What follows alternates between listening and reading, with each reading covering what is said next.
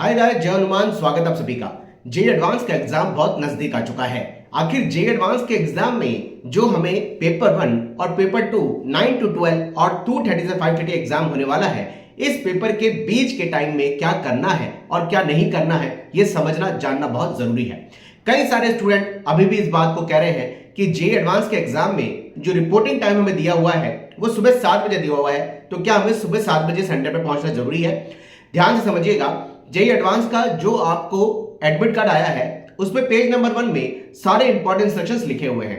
वहां उन्होंने ये तो लिख दिया है कि सुबह 7 o'clock से एंट्री मिलेगी, और उन्होंने ये भी लिखा है कि एग्जाम जब स्टार्ट हो जाएगा उसके बाद में एंट्री नहीं मिलेगी। यानी सुबह 7 o'clock आपकी एंट्री चालू होगी और एग्जामिनेशन 9 o'clock तक है, तो 9 o'clock तक आपको एंट्री मिलेगी। जेई मेन की तरह जेई एडवांस में ऐसा नहीं होता है कि हाफ एन आवर पहले आपके जो गेट है, मेन गेट है, सेंटर के गेट है, वो क्लोज कर दिए जाए। तो क्या हमें सुबह 7 बजे पहुंचना जरूरी है या इस टाइम को हम थोड़ा सा बढ़ा सकते हैं? ध्यान से समझिएगा। जेई एडवांस के अंदर जो आपके इंपॉर्टेंट इंस्ट्रक्शंस हैं उसमें क्लियर कट मेंशन है कि आप सभी की जो असाइंड सीट है, क्योंकि सीबीटी बोर्ड में एग्जाम हो रहा है, तो असाइंड सीट आपको मॉर्निंग वाले पेपर की 8:30 o'clock मिल जाएगी और इवनिंग वाले पेपर की जो असाइंड सीट है वो आपको 2 बजे यानी 2 o'clock मिल जाएगी। अब सुबह 7 बजे से आपका एंट्री प्रोसेस अगर चालू हो रहा है तो आप मान के चलिए आपको इन एनी हाउ 7:45 तक सेंटर पे पहुंचना जरूरी है, क्योंकि 8 बजे तक आपकी मेटाडेटा से फ्रिस्किंग है, आपकी सारी चेकिंग है, बायोमेट्रिक है, लैब असाइन होगी। वो सारा प्रोसेस टाइमली हो जाए उसमें 15 से 20 मिनट का टाइम आपको लगेगा और 8 o'clock तक आपको सेंटर में एंट्री मिल जानी चाहिए, क्योंकि 25 मिनट पहले आप सभी को इंपॉर्टेंट इंस्ट्रक्शंस पढ़ने के लिए दिए जाएंगे। और जेई एडवांस, मैं फिर रिपीट करूंगा, एक अनसर्टेन एग्जाम है। अनसर्टेन एग्जाम है। मैच द फॉलोइंग क्वेश्चन कितने आएंगे, न्यूमेरिकल वैल्यू बेस्ड कितने क्वेश्चंस आएंगे, एमसीक्यू कितने आएंगे, मार्किंग स्कीम क्या रहेगी, पहले से किसी को नहीं पता होता है। लकीली पिछले 4 साल से जेई एडवांस का एग्जाम 360 मार्क्स का आ रहा है। हम सबको सजेशन देंगे कि आप 7 बजे अगर सेंटर पे नहीं पहुंच पा रहे, पूरी कोशिश करिए कि 7:45 तक आप पहले पेपर में पहुंच जाएं। और सेकंड सेशन में आपको 2 o'clock आपकी एग्जामिनेशन के अंदर सीट मिल जाएगी जिसमें आपकी कंप्यूटर स्क्रीन आपको मिल जाएगी और 25 मिनट पहले इंपॉर्टेंट इंस्ट्रक्शंस मिल जाएंगे। तो दोपहर वाले पेपर में कोशिश करिए पेपर 2 के अंदर आप 1:45 तक सेंटर पे पहुंच जाए। यानी आप पेपर 1 के अंदर 7:45 और पेपर 2 के अंदर 1:45 तक सेंटर पे पहुंच जाए। तो ऐसा मत सोचिए कि सुबह 7 o'clock एंट्री दी है तो आपको 7 बजे सेंटर पे पहुंचना है। आप थोड़ा सा डिले भी पहुंचेंगे, कोई प्रॉब्लम नहीं है, क्योंकि पेपर से 25 मिनट पहले आपको इंपॉर्टेंट सेशन मिल रहे होंगे।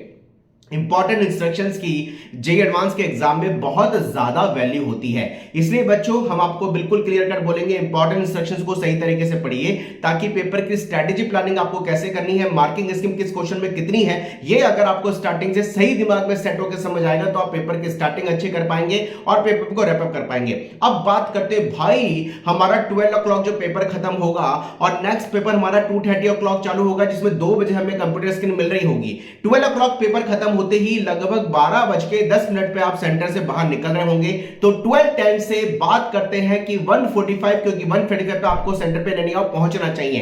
तो 12:10 से 12:10 से 1:45 के बीच के टाइम के आखिर कैसे यूज करना है, ये समझना जानना बहुत जरूरी है कि पेपर 1 और पेपर 2 के बीच में हम क्या करें और क्या ना करें।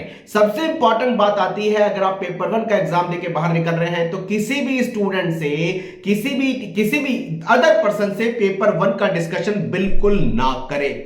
स्ट्रांगली एडवाइस है कि पेपर 1 का एग्जाम होने के बाद पेपर 1 का डिस्कशन हमें किसी से नहीं करना है।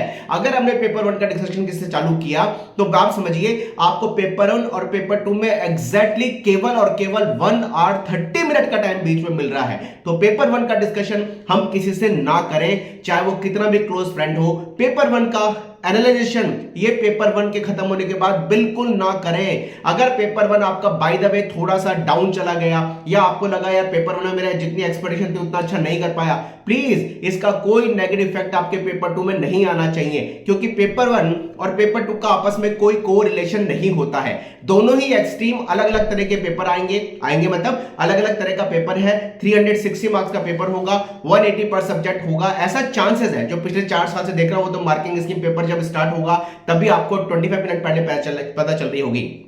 बच्चों प्लीज पेपर 1 का एग्जाम होने के बाद किसी भी स्टूडेंट से, किसी भी अदर पर्सन से पेपर 1 का डिस्कशन नहीं करना है।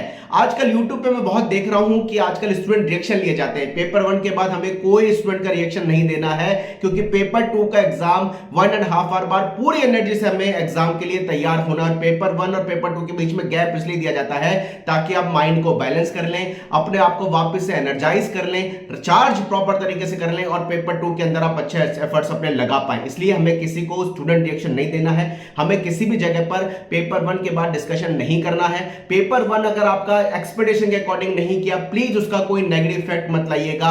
पेपर 1 अगर आपका बहुत अच्छा चला गया, उसका ओवर कॉन्फिडेंट इफेक्ट मत लाइएगा। तो नेगेटिव इफेक्ट भी नहीं लाना है, ओवर कॉन्फिडेंस भी दिमाग में नहीं हो रहा। हालांकि पेपर 2 के अंदर हमें दिमाग में यह प्लानिंग करनी है कि कैसे हम पेपर 2 के एग्जाम को और बेहतर कर सकते हैं। ये प्लानिंग करने के लिए, ये दिमाग को आपको पूरे तरीके से एनालाइज करने के लिए, फोकस करने के लिए, रिचार्ज करने के लिए आपको 1.5 आवर का टाइम पेपर 1 और पेपर 2 में मिल रहा है। ध्यान से समझिए, आप इस चीज को भी समझिए, कोशिश करिए कि दोनों पेपर के लिए आप जो स्टे अरेंजमेंट कर रहे हैं वो नजदीक हो। ये बहुत ज्यादा जरूरी है।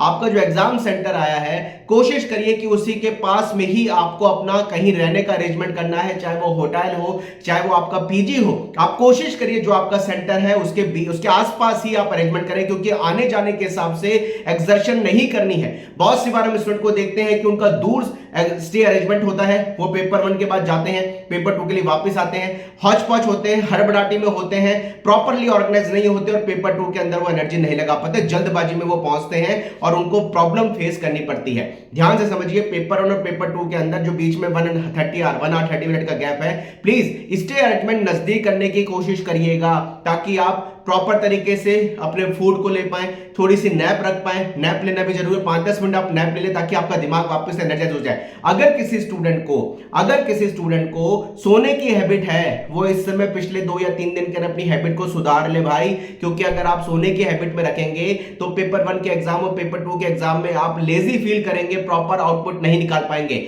अगर किसी स्टूडेंट को हैबिट है तो अपने बायोलॉजिकल क्लॉक को सेट करें कि वो पेपर 1 के अंदर अकॉर्डिंग अगर 8:30 से 12 o'clock और पेपर 2 के अंदर 1:45 से 5:30 o'clock अपने आप को एनर्जाइज रख पाए। ये आपको हैबिट रखना बहुत जरूरी है।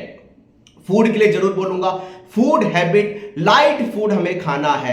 आप मॉर्निंग में अच्छा ब्रेकफास्ट कर लीजिए, बढ़िया ब्रेकफास्ट कर लीजिए, लेकिन पेपर 1 के बाद में लाइट आपको खाना है, ताकि बॉडी हाइड्रेट भी रहे, बॉडी में लेजीपन, लेथार्जीपन ना आए, आप चार्ज होकर के पेपर 2 को फोकस करके एग्जाम दे पाए। तो पेपर 1 के बाद में आपको बहुत ज्यादा हैवी फूड नहीं खाना है। गर्मी का मौसम है, जूसेस ले सकते हैं, आप पर्टिकुलरली कोई ऐसा कर सकते हैं, जूस ले लीजिए, लिक्विड ले लीजिए, एनर्जेटिक जूस ले लीजिए, प्रॉपर तरीके से एनर्जाइज रखने के लिए। पेपर 1 पेपर 2 में आपको हैवी फूड नहीं खाना है। फिर रिपीट करूंगा, गर्मी का मौसम है, बॉडी को हाइड्रेट रखना बहुत जरूरी है, पानी आपको पीते रहना है। ये सब चीजें आपको पेपर 1 पेपर 2 में ध्यान रखनी है। यानी कोई डिस्कशन हमें पेपर 1 के बाद नहीं करना, स्टूडेंट रिएक्शन हमें पेपर 1 के बाद नहीं देना, पेपर 1 का कोई नेगेटिव इफेक्ट हमारे पेपर 2 पे नहीं आना चाहिए, क्योंकि वो नया पेपर है। पेपर 1 होने के बाद पेपर अगर एक्सपेक्टेशन के अकॉर्डिंग नहीं भी गया, अपने आप को डिमोरलाइज नहीं करना, दिमाग को पूरा कूल रखते हुए फोकस करना है पेपर 2 में, ताकि हम उसमें अच्छे मार्क्स को निकाल पाए, क्योंकि दोनों की अपनी अपनी जगह पे वैल्यू है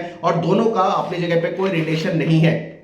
नंबर 3 पॉइंट, स्टे अरेंजमेंट हमें नजदीक करना है ताकि हम बीच के टाइम को सही डायरेक्शन में यूटिलाइज कर पाए। और नंबर 4 पॉइंट, भाई सोने की हैबिट है तो सही कर लेना, बिल्कुल नहीं चलेगी। और भाई स्टे अरेंजमेंट अगर आपका दूर होता है ना, आपको लगता है यार आपका सेंटर बहुत ज्यादा दूर आ गया, आप स्टे अरेंजमेंट कहीं दूर कर पा रहे, तो आपको सेंटर से अपने स्टे अरेंजमेंट जहां भी आपने रुकने का व्यवस्था करी वहां नहीं जाना है। कोशिश करिए सेंटर पर ही आप अपने आप का फूडिंग अरेंजमेंट कर पाए, कोशिश करिए सेंटर पर ही कोई ऐसी जगह ढूंढ लें जहां पर अपने आप को रिलैक्स कर पाए। इसलिए अगर दूर आपने स्टे अरेंजमेंट किया हुआ है तो आपको सेंटर से नहीं जाना चाहिए, क्योंकि वो आने जाने में टाइम इतना ज्यादा लग जाएगा कि आप हैवी रशिंग हो जाएंगे और उसका इफेक्ट आपकी परफॉर्मेंस पे आ सकता है। ये चीजें आपको ध्यान रखनी है। और बस यही कहना चाहूंगा यार, आप सबने बहुत मेहनत करी है। और जहां तक, हाँ भाई, एक इंपॉर्टेंट बात जो मैंने लिख के पॉइंट किया था, नैप लेना थोड़ा सा समझदारी होती है। 5-10 मिनट आंखों को रिलैक्स दे दिया, दिमाग को थोड़ा कूल रख लिया। और भाई मेंटल टफनेस का ये एग्जाम है।